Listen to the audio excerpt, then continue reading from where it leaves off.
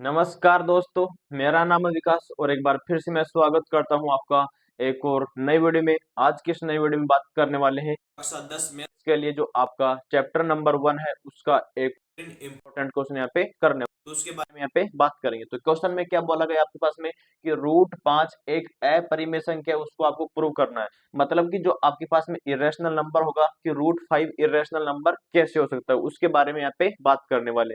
तो पूरा तरीका, पूरा क्वेश्चन है वो अब तक मैं डिलीवर करने वाला हूँ। तो एक बार फिर से मैं आपका स्वागत करता हूँ हमारे इस यूट्यूब लर्निंग प्लेटफॉर्म पे। साथ ही बात करेंगे आज के इस वीडियो के अंदर जो क्वेश्चन आपके सामने लिखा हुआ उसका पूरा जो ऑथेंटिक क्वेश्चन का लेवल क्या होगा वो पूरा यहाँ तक आपको मैं बताने वाला हूँ।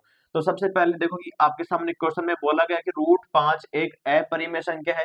तो सबसे पहले जो डाटा मैं आपको यहाँ पे देने वाला हूँ वो आपको यहाँ पे ध्यान से देखना है कि पहले इसको मानना है, इसको लेट करना है कि जो अपरिमेय संख्या होती है उसको परिमेय संख्या मान लो। एक बार के लिए क्या माना आपको परिमेय संख्या, तो यहाँ पर क्या लिखना कि माना कि जो आपके पास में क्या लिखा हुआ कि रूट जो 5 आया है यहाँ पे वो क्या बनानी है आपको, एक परिमेय संख्या है। यानी जो पहले ऊपर दे रखा है कि ये अपरिमेय संख्या है, तो यहाँ पे इसको अपरिमेय नहीं बनाना है, एक बार आपको इसको क्या बनाना है, परिमेय संख्या बनाना है। तो यहाँ पे मैंने आपके सामने बना दी है, हमारे पास में क्या बन गई, एक परिमेय संख्या बन गई। अब यहाँ पे आप जानते होंगे कि जो आपके पास में कि अगर परिमेय संख्या होती है उसको p बटा q के रूप में लिखा जा सकता है। तो यहाँ पर p बटा q का रूप मैंने बना दिया और यहाँ पर क्या आ गया, रूट 5 आ गया। इसके अंदर मैंने क्या बोला कि जो ये p है और ये जो आपके पास में क्या बना हुआ q है, दो पूर्णांक हमारे पास में है। यहाँ पर क्या बोल देंगे उनको, दो पूर्णांक बन गए। अब ये दो पूर्णांक होते हैं तो आपको पता होगा इन दोनों का जो हमारे पास में क्या होगा, HCF क्या होता है, यानी दोनों की दोनों की ऐसी संख्याएं हैं, सहअभाज्य है। अर्थात हम बोल सकते हैं कि जो हमारे पास में इनका HCF बनेगा कि P एंड Q का वो क्या आना चाहिए, यहाँ पे इक्वल 1 आना चाहिए।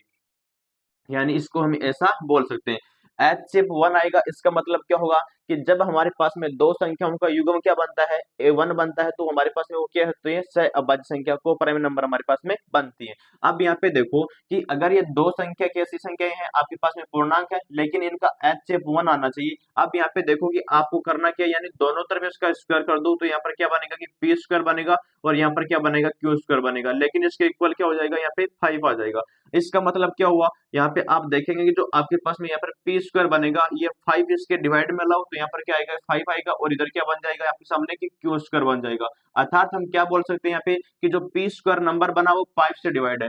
यानी जो यहाँ पे आपको लिखना क्या है वो बात यहाँ पे लिखना है कि जो पी स्क्वायर जो नंबर आपके सामने बना हुआ है वो 5 से क्या हो रहा है, विभाजित हो रहा है। तो इसलिए हमारे पास में जो p होगा वो भी 5 से विभाजित होगा। तो यानी दोनों बातें आपको यहाँ पे लिखनी है कि पहले मैंने क्या बोला, वो यहाँ पर बोला कि जगह पी स्क्वायर जो नंबर बना हुआ है वो आपके सामने इसका वर्ग है तो p का नंबर वर्ग हो गया, ये 5 से डिवाइड हो रहा है। तो यहाँ पे जो p होगा वो भी हमारे पास में क्या होगा, 5 से डिवाइड यहाँ पे हमारे सामने बन जाएगा। तो ये वाली बातें आपको यहाँ पे इसमें मेंशन कर देनी है। अब यहाँ पे देखो कि अगर p वाला इसमें यहाँ पे दोनों से 5 से विभाजित हो रहा है तो यहाँ पे आगे हम थोड़ा सा लेट करेंगे। लेट क्या करना है, यहाँ पे जो आपके सामने p लिखा हुआ उसके स्थान पे कोई वैल्यू लेट कर लो। यानी जो p के स्थान पे इसका मल्टीपल ले लो 5 का, तो यहाँ पर क्या आएगा, 5 क्या आ जाएगा। तो यहाँ पे देखो कि जो समीकरण ये वाला बना है इसके अंदर p का वैल्यू पुट करो तो यहाँ पे क्या बनेगा, यहाँ पर हमारे सामने बनेगा कि 25 बनेगा और यहाँ पर क्या बनेगा कि के स्क्वायर आ जाएगा। नीचे क्या बनेगा, यहाँ पे इसमें बनेगा कि क्यू स्क्वायर बनेगा, लेकिन इक्वल टू क्या आएगा, यहाँ पे 5 आएगा। अब देखो यहाँ पे करना क्या आपके सामने, इसको थोड़ा आगे बढ़ाना है। यहाँ पे 5 इसके बट्टे में लिया तो क्या बनेगा कि यहाँ पे बनेगा, यहाँ पे 25 बटे यहाँ पर बनेगा, नीचे क्या आएगा कि 5 आएगा, लेकिन यहाँ पर के स्क्वायर भी इसमें बना हुआ है और बराबर में हमारे सामने यहाँ पर क्या बन जाएगा, इसका क्यू स्क्वायर बनेगा। इसका मतलब यहाँ पे देखो कि ये 5 से यानी डिवाइड कटेगा यहाँ पे तो 5 बार कटेगा।